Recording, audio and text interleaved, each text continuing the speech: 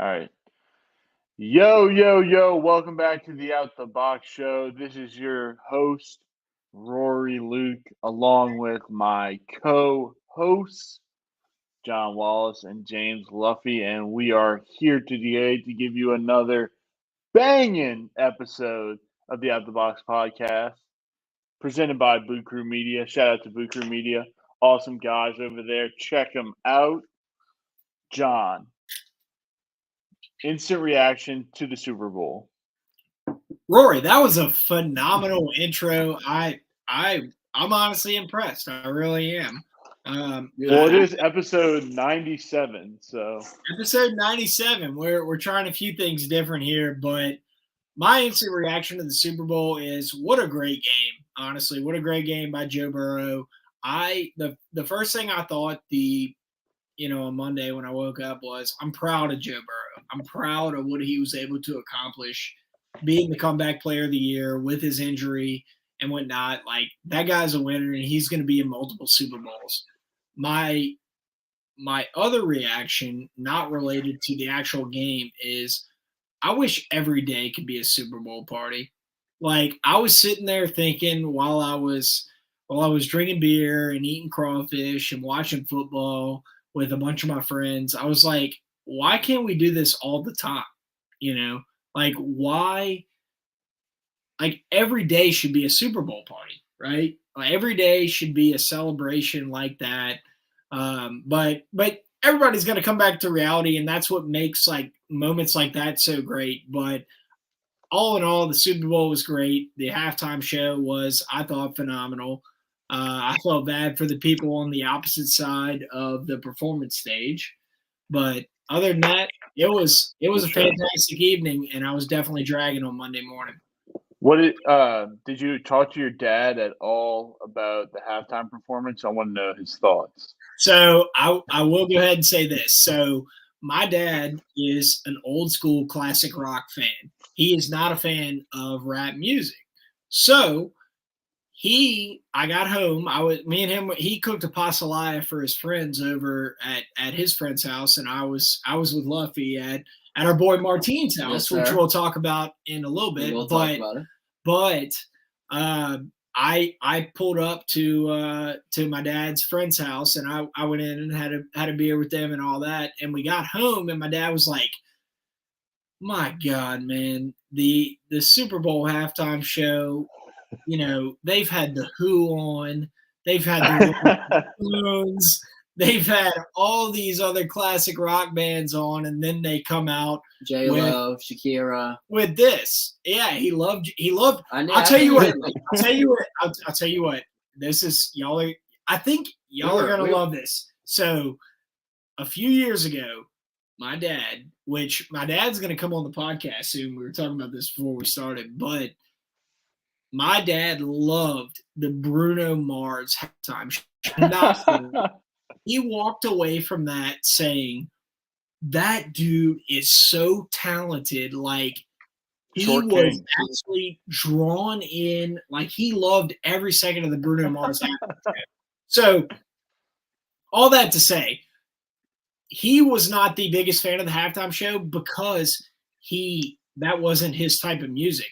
But my counterpoint to that was, Dad, were you really, like, when you heard who the halftime show was going to be, knowing that you're not a big fan of this type of music, did you really think you were just going to be like, your whole like view on the halftime show was going to be flipped? Like, did you think you were going to love it?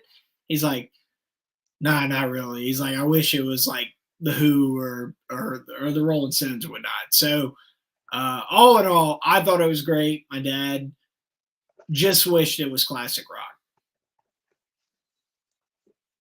James? Well, Super Bowl thoughts. Initially, I was like, kind of whatever. Bengals covered, hit some good props. But then the next day, I was just like sad that a team with zero fan base won because like half the best part of it is like the parade. There must have been 8 people at the parade. There's more people on the team than were at the parade today. I mean, like, and just they were close. Like the next day was when it hit me. I was like, damn, they really should have won that game. They had chances to win the game. Refs got involved a little bit at the end, but still, just no answer for Aaron Donald. What an absolute freak he is. Beast mode. He just blew those poor guards up play after play. I mean, that was like abuse out there. That was bad. Rams were that was really what I think everybody was concerned about, that defensive line, and for a good reason. But sad for Joe and Jamar and Shelvin, but you know what? It's going to be hard to get back there. Like, people are already starting those discussions, which I hate. But I'm really happy for Andrew Whitworth, and I'm happy for Odell too, because I mean, Odell, like, I think his All-Pro, Pro Bowl, Super Bowl, like, that's a career. Like, say what you want about him, that's a career. Like, people can't knock his career anymore. People said he's washed up. Doesn't matter. He's had an NFL career if he doesn't play again, which he might not. It sucks to see that he went out with an ACL injury. I actually think he would have won the MVP. I was going to say that. And there was actually a couple plays in the game that they may have pointed out, or I maybe saw the next day, that were for Odell. Like, that was, plays for him. I think he would have had 2 touchdowns, and I think he would have ended up being the MVP. And Whitworth, at 40 years old, Hall of Famer after the Super Bowl, great career. I mean, just incredible to be playing offensive tackle at 40 years old at the highest level. That's insane. But, sad the Bengals lost a little bit, but, the main thing was for the fan. I feel bad for the Bengals fan base. Like, they didn't get to have the parade today, and 12 Rams fans celebrated. They will be back. Albeit everything to say, the fact that Joe Burrow was able to do what he did in the time period that he did. He's been a Cincinnati Bengal for 2 years. Was hurt for the first year, took him to the Super Bowl. Joe Burrow will be back in the Super Bowl. There's no question about that in my mind. And I hope it's with Cincinnati. I hope he's a career Cincinnati Bengal, because he took a team with no offensive line, which is arguably the most important. Rory, you can attest to this. Like, that is arguably the most important position on the football field. Although it doesn't get the stats or the glory or the accolades, Joe Burrow did what should make everybody incredibly proud. That's why, to be honest with you, I wasn't that upset that the Bengals lost, because Joe Burrow is my age while I'm sitting here, enjoying a cocktail on a Wednesday night and huffing and puffing about my 9 to 5, which I love my 9 to 5, but just in case your uncle's listening, Joe Burrow is out there killing it, and he is a young talent. He will be back in the Super Bowl. Yeah. I promise you that. From a football perspective, I think that they've got to go spend now. Like on short-term contracts. Try to get back there in the next 2-3 years, because they're loaded on that side with quarterbacks. The AFC is loaded with quarterbacks, and you have to spend while Joe and Jamar are still on the rookie contracts. And the Bengals have a cheap owner, which is the main concern with all that, because the way you get around the salary cap is just pay the bonus money up front. The Saints have been doing it. People are like, oh, the Saints, how do they, have cap room? How do the Rams have cap room? Well, the owner pays the money up front. That's how they were able to have. I mean, the rosters weren't even close. Like, I can't believe it when the line came out at 3.5, 4.5. I thought it was going to be a touchdown. Like, the rosters are a touchdown, if not more of a difference, and like, that's hard to overcome. And if you don't spend the money, you won't overcome that. And I don't know. That's my concern. I'm not concerned with Joe or Jamar or the players. Like, you just have to spend the money to have a complete team, and you have to pay a pass rusher, pay an offensive lineman. It's tough. So I hope they spend quickly and try to get back before they're on those big contracts. Yeah, I mean, I agree. I think Odell going out was like completely changed the game. I mean, it just looked like he was going to be dominant. He had over 50 yards and a touchdown already. He goes out on a non-contact injury like that. Just sucks to see, but I mean, I agree. Like, their time is now, Luffy. Like, they got to spend. You know, they obviously need offensive line, but you know, the defense is very good as well, and they need to continue to spend and supply players to that defense. But I mean, I'm honestly like the second half of the game, like I felt flew by, like I blinked and then it was done. I agree. Yes, I do. And I kind of thought the game was going to go fast. I was like, I also bet the under. It was because I felt like it was going to be a fast game. Like that's kind of I bet like totals. I'm like, is this game going to go by fast when I'm sitting there watching it? And I'm just thinking about the coaches and the Rams, the way they like just operate their team and run the offense. Like it went by fast. You're right. But I did think last drive, like I thought Joe was going to drive him down the field. I thought they were going to. I think everybody in Louisiana and everybody at surrounding Super Bowl parties thought it was like, okay, Joe Burrow, like, yes, of course. He gets the ball back with around a minute left. Like, we're ready to go. And like, I think if he's not hurt, I mean, the game plan is different. You saw it as soon as he got hurt, they really didn't throw the ball. And then, like, that last drive is when they started throwing it, and you get to that 2nd and 1, and you take the bomb, and then you miss a bomb, and you don't get the run. It's just tough. It was tough. I definitely thought at least a field goal. You know, McPherson's got the leg. Like, I thought we were going to overtime. But the thing that stung the most is Jamar creating the separation on Ramsey.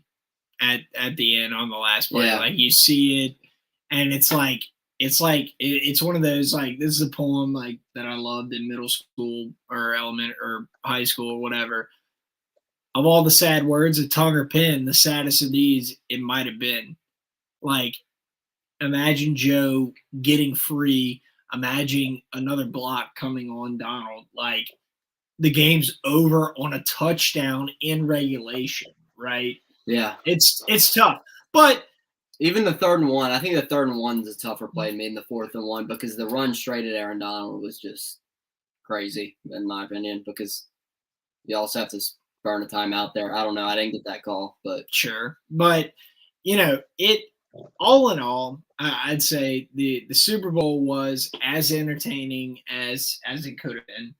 I think the drama was there. I think Joe Burrow will be back at some point in his career. Everybody knows that. The dude's a winner. The dude took the Bengals, who haven't been to the playoffs in 31 years, who haven't been to the Super Bowl in God knows how long. Like, it's incredible to see what Joe Burrow has done. And I think, you know, we've spent the first 10, 12 minutes of the podcast talking about the Super Bowl. We're not doing that if Joe Burrow is not the quarterback of the Cincinnati Bengals, right? Like, how about that Jamar, mate? And Jamar, yes. And it's stupid the fact that they were able to turn around a team that was 4-12 or 4-13, 4-13 last year, correct? The year before they won 2 games. Am I wrong in saying that? Like, anyway, all that to say, Joe Burrow will be back. The dude is literally, I think he's about our age. He's about our age, and we're washed up in the workforce and finishing up law school. But it was incredible. I wish every single day could be Super Bowl Sunday. I will go ahead and shout out Martine at Workbox. Luffy, I know you got some good things to say about him. He hosted us for the Super Bowl party. He had the greatest Super Bowl party I've been to in a long time. And we all know about Workbox by now, but something Martine did. This is a risky move now. He's so confident in his cleaning ability and Workbox's cleaning ability, and they provide all kind of things: storage containers, portable offices, portable toilets, roll-off dumpsters. But Martine brought the crawfish inside for everyone to eat, which is a crazy move. That was crazy. That was honestly like an insane move. I will be honest, Luffy. So I was sitting in the corner. I had my ice chest next to me, and I was sitting in, honestly, an office chair. And I was sitting back watching football, and all of a sudden I looked over, and there was a table, a Lifetime table, coming into the side door with a trash bag on it, walking its way. It literally parked itself right in front of me to where the TV was at my 90 and the crawfish were at my, like, I don't know, 70, 75, whatever. I was literally, without having to take a step, able to drink beer, eat crawfish, watch football, and be conditioned by air all in one night. That's what I'm saying. Super Bowl Sunday was made perfectly by Martine Patio. Yep. So shout out Martine. If you need a portable office, portable restroom rental, roll-off dumpsters, porta potty, storage container, call Workbox LLC at 225-343-4886. Yes. Baseball. Yes. And no, hold on. So Martine, and by the way, we have a fantastic interview that we're about to get to. We kind of spilled into the Super Bowl, but Martine asked me, he goes, when are we going to renew? When are we going to renew our sponsorship with Workbox? And the only answer I gave him was, and I looked at him while I was at his house. I said, how are you asking me this while I'm at your house? And he's like, we want to support y'all in whatever we do. And that's shout out Martine. Shout out Martine. That's the type of guy he is. Make sure to call Workbox. Workbox is going to be helping us out with baseball tailgates throughout the baseball season. Martine is the man. He wants to help you out. Portable dumpsters, roll-off dumpsters, portable restrooms. Luffy already said it. Make sure to give him a call. All right. Let's get to 17 minutes in the show. We did all right. Doing the intro and whatnot. We talked about the Super Bowl and whatnot. Let's get to LSU infielder, outfielder, I don't know, catcher if DH, you need him to, sometimes. DH, recurring guest on the Out the Box podcast, our guy, Cade Beloso.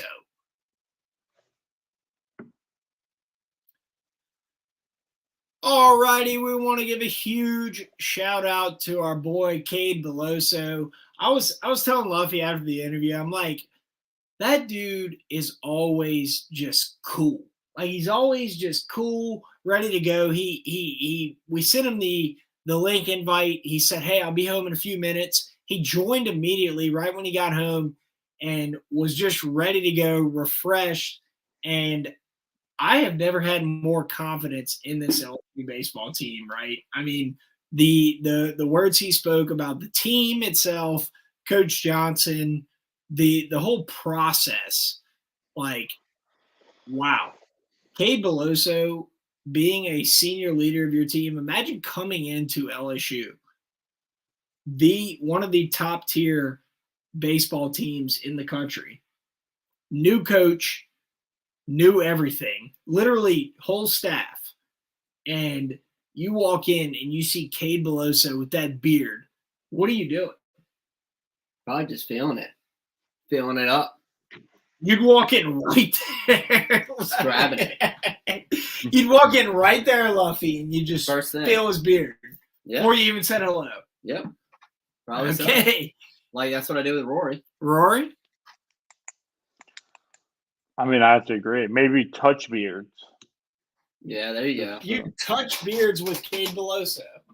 I'm kind of mad mine wasn't full for our interview. I'm kind of mad that I was doing No Shave 19. Say this is going to the dome. That's what I tell him. So, yeah, no. So, Rory, to be honest with you, I listened to the interview we did with Cade last year, and you brought up that Trade Morgan was a Brother Martin Crusada or whatever y'all call yourselves, and he kind of shut that down about how he shut Trey down in high school and whatnot, and about how it's not really a topic of conversation between them because he knows who's boss. That's what he told me. I swear, right? That's right. That was episode 50 of the Out This Box podcast, and I'll be damned if I wouldn't say that cadebello. We're looking forward to it. Rory, you don't know this. We're going to. I'm not going to lie. We haven't booked an RV for Omaha, but you better clear your schedule because cadebello is very confident that we are going to end up in Omaha. And regardless of that, we're going to book the RV, so we're going to end up in Omaha. So we booked you John, a trip. I have bad news for you. Sports. My New Year's resolution will get in the way of me going on RV to Omaha. No, Rory. You're going to have to figure something out because we already made a promise to Beloso. Well, I'll see what I can do. All right, y'all want to talk some pitching since we talked a little fielding last week with tomorrow when you're listening to this, or today if you're listening to this on Friday, game day, opening day. Yeah. And Coach Jay Johnson announced today, Friday night starter, Blake Money, a.k.a. Kenny Powers, now Slim Kenny. It's crazy, honestly, to think that he was going to be our Friday night starter. Like, if you would have asked me at the end of last year, would he have been one of your top 8 guys you would have guessed at the end of last year, Rory? Can we? I think – you directed. All right. At the end of last year – Go ahead, Rory. At the end of last year. I mean, he wasn't – he wasn't on that. He was not traveling. At the end of the SEC series, he was not traveling, and he did not. He wasn't pitching well. He pitched well at the beginning of the year and threw some solid innings, but at the end of the year, he's not pitching well. But he was not on the postseason roster. Like, did not travel with the team. So that's, I mean, for him, like, he must have been grinding. I mean, he lost 40 pounds. I think that's what I was gonna say. Can you believe the transformation just by looking at the picture? He actually looked like Kenny Powers. Oh, he looked exactly like him. It was a beautiful comparison. Like, and then all of a sudden he looks like this slimmed up, like, European model coming to the LSU baseball pitching mound. And what I was going to say is, how do you take a guy like that, right? It can only benefit you to lose that weight, to get in shape, to do what you got to do. And all of a sudden, he's a Friday night guy. It makes sense given that this team has basically to rebuild their pitching staff, right? Yeah, but it's just strange because there's a lot of young guys and talented guys. I mean, we got to see Javon Coleman at the end of last year, who was really good, the lefty. And then we got to see, like, Ty Floyd looked like a guy with a ton of potential.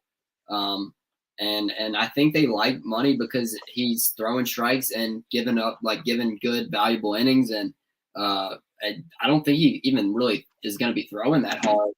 Like, it's going to be hard, but not like relatively hard. I mean, dude, when you lose that many pounds, you're going to lose some, as you like to say. I wonder if he did. As you like to say, some velo. Velo, yeah. You lose,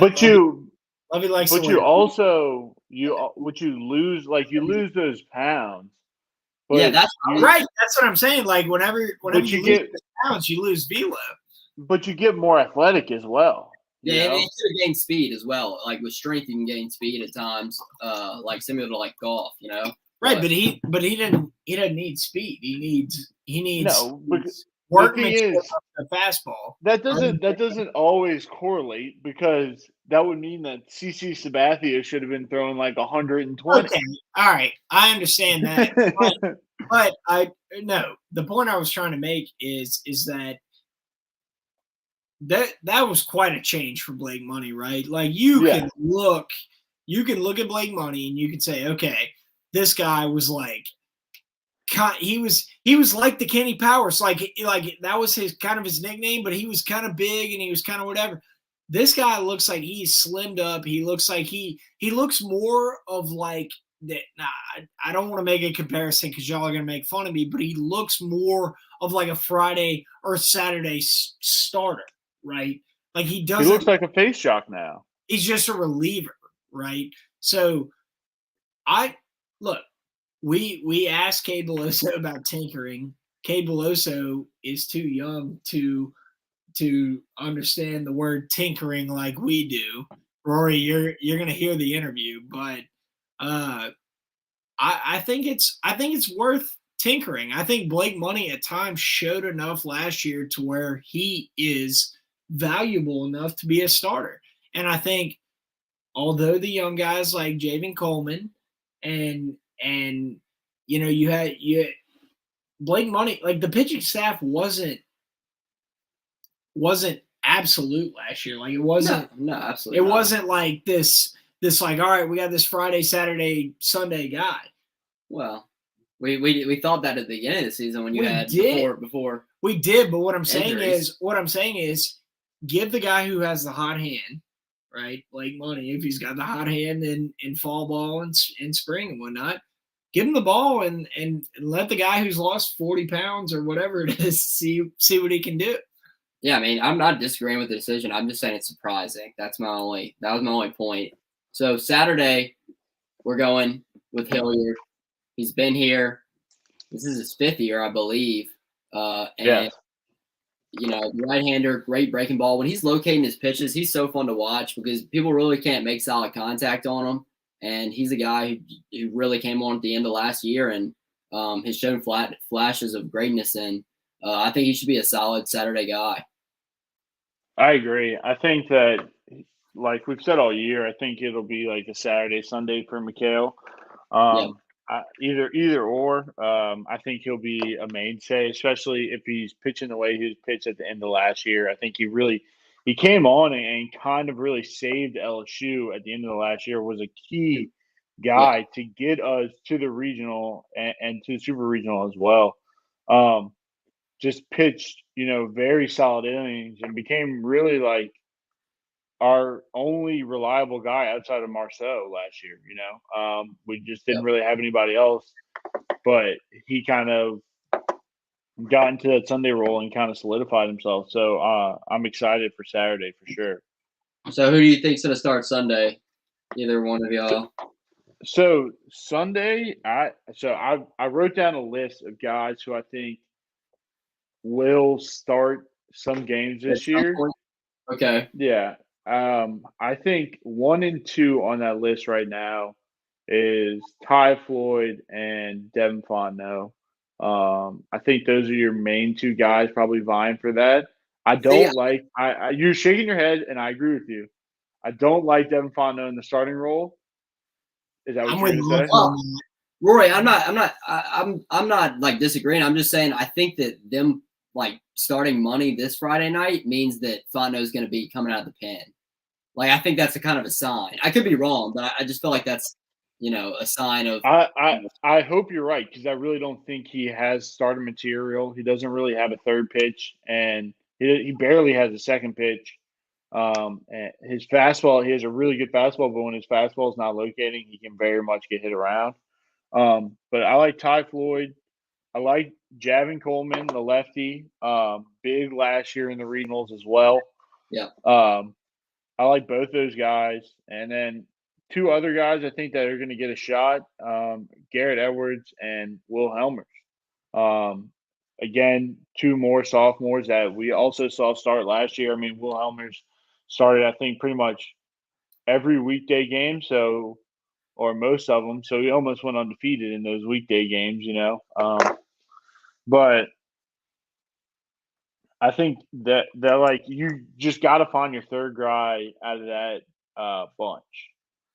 I think so. So just to kind of wrap the bow around the pitching staff and whatnot, this year's team, as opposed to other teams, right? Like last year, there were sparks of gorilla ball, right? Mm-hmm. There were sparks of it, but we never really had gorilla baseball like we had in the Skip Bourbon era. What I will say is, and Beloso said this, Luffy, is that you could trot out 9 guys to play certain positions, and then he said, all right, you could trot out another 9 guys. Could be some of the same, mix in, whatever, to play the same positions, and we'd still have a damn good baseball team. Like, yeah, I agree. The depth this year allows Coach Jay Johnson to tinker in the way that he needs to, right? And regardless of pitching is crucial. Pitching is every single play of the game. But I think Coach Jay Johnson has some time to figure it out against some non-conference opponents and kind of tinker with it. Well, let's get to the rest of the pitchers. We've left a lot of guys out here. I'm not. I'm just saying. Right. Well, you said put a bow on it. I don't know. I'm not putting a bow on anything. All right. Eric Raiselman, guy who was supposed to come in. He was going to be the Friday night guy. That's what everyone thought. That was 100 miles an hour. I guess he's going to be the closer for now. That's kind of what it seems like everyone said on the radio, and they're kind of alluding to. So yeah. I think between him and the pitching coach, Kelly, said that they feel the most important inning is the 7th inning. So I think a lot of times you're going to see Fontenot around 7-8, 6-7-8, and then you're going to see Raiselman at the end of those crucial games, must-win games. I think that's kind of the way it's going to go. Another guy that you'll see is also Paul Gervasi, big tall dude. Another transfer, tall. He's a funky right-hander. He throws like a funky, very hard to recognize kind of delivery. You'll see him he's a big dude, 6'7", looks lanky, looks like our pitchers are huge. What? Our pitchers are huge, in size. Yeah. Well, the average height of them is 6 and 8. Well, Blake Money's kind of shrunk in size, but. Paul Gervasi, he's also one of those RPMs guys. I think he gets the 2600s in the RPM. So his pitches are moving. And he's a guy that I think will make kind of that 3-headed monster of what you're talking about with Fontenot, Raiselman, and then it'll be Gervasi to kind of close games out that 7th, 8th, and 9th. I think that's what you'll see. I think Paul Gervasi is going to be very good. Just what I've heard and what I've read about in the fall, and I've seen him pitch. You go on his Instagram, he's got highlights, and that funky delivery from the right side when he's tall, it's going to be hard to hit in college, especially just for an inning. Yeah, so. Another sleeper I think is a starter for me, Rory. Kale, I don't know if I'm saying the Lansville. I don't know how you say his last name. He's a freshman. He's 93, 94, and apparently he's got a really good curveball. And I've heard some things that people have been in practice about him. So obviously we haven't seen much of him yet, but I think he's a guy that they maybe are considering for one of those starting roles. And then for a couple other relievers, the Arizona transfer, Riley Cooper, the left-hander, I think you'll see him out of the pen a good amount. Who else? We talked Todd Foot a little bit. I think the potential is there for him to be really good. He had trouble locating a little bit last year. You got the Dirty 30. The Dirty 30. Hey, the Dirty 30. Come on. Coming back. Is it 5th year for him or 4th? I think it's a 5th year for him. Dude, all right. Can I be honest about Trinity and Namir? Sure. We need to get him on the show. We do need to get him. But at the same, no, I know we can get him on, but we want him to come on. But what I will say, he, to be honest with you, looks like the most intimidating of the pitching staff, right? If you're on the mound against him, he's got his hat pulled up to the brim, he's got his hair cut real high and tight, I'd be afraid of the Dirty 30, especially if I knew that he was called the Dirty 30. You don't get that nickname for a reason, right? We've been talking about Trent Vandermeer for a few years now, and he, to be honest with you, is the perfect relief guy that we have. He fires me up when he comes in. He just looks like he has that mean swag. So I like that. I like that a lot. And I think also that Cooper could start for us some, Rory, but I'm not. I mean, I'm not 100% on that, but I think that I've heard some things about him maybe starting. But overall, I mean, a lot of guys are going to roll out, and they're going to be pitching for matchups. Like the rotation could be changing all the time, and like they're gonna Kelly talked about matchups mostly, like in all of his interviews that I've seen. So we have a different approach. I think they're going to pull guys out earlier than Maneri did. We also have a return of some glasses. Jacob Hasty, he's a lefty transfer. I think a JUCO transfer that wears a Chris Reed sport glasses. Love to see it. Love to see it on the mound. The rec specs. Two other freshmen. They're not really rec specs, but they're close enough. That you talked about freshmen, Grant Fontenot and Grant Taylor. Some other freshmen to watch out of the bullpen. They have pretty good falls. Yeah, I mean, what about their like them throwing? What do you mean? Like their baseballs, them throwing, like they're pitching. Well, I don't know what you're asking me here. No, man. Grant, you just said they have pretty good balls. I was wondering about their baseballs. Falls. We're an LSU baseball podcast. Pretty good falls. Oh, I thought you said balls. Falls. I said falls. Pretty good falls. Anybody else, Rory? I know there's a couple other freshmen that we haven't mentioned, but all right, we'll go ahead and cut that out. unless Rory edits this episode, we'll go ahead and cut that out. They have Trey Schaefer, the Southeastern lineup transfer, but he didn't pitch that well at Southeastern, so I think he's more of a back-end bullpen guy. Bryce Collins as well, another Arizona transfer, another glasses guy. But that does it for my list of pitchers. Do we want to talk about Maine a little bit? Do you know anything about Maine besides? I did a little bit of research on Maine. So, John, can you give us a breakdown of when the games are going to be this weekend, and I'll start talking about Maine. So honestly, with the weather coming in, it's kind of going to be here and there towards the actual game time start. But what I will say is this: it's going to be cold. It is going to be freezing ass cold.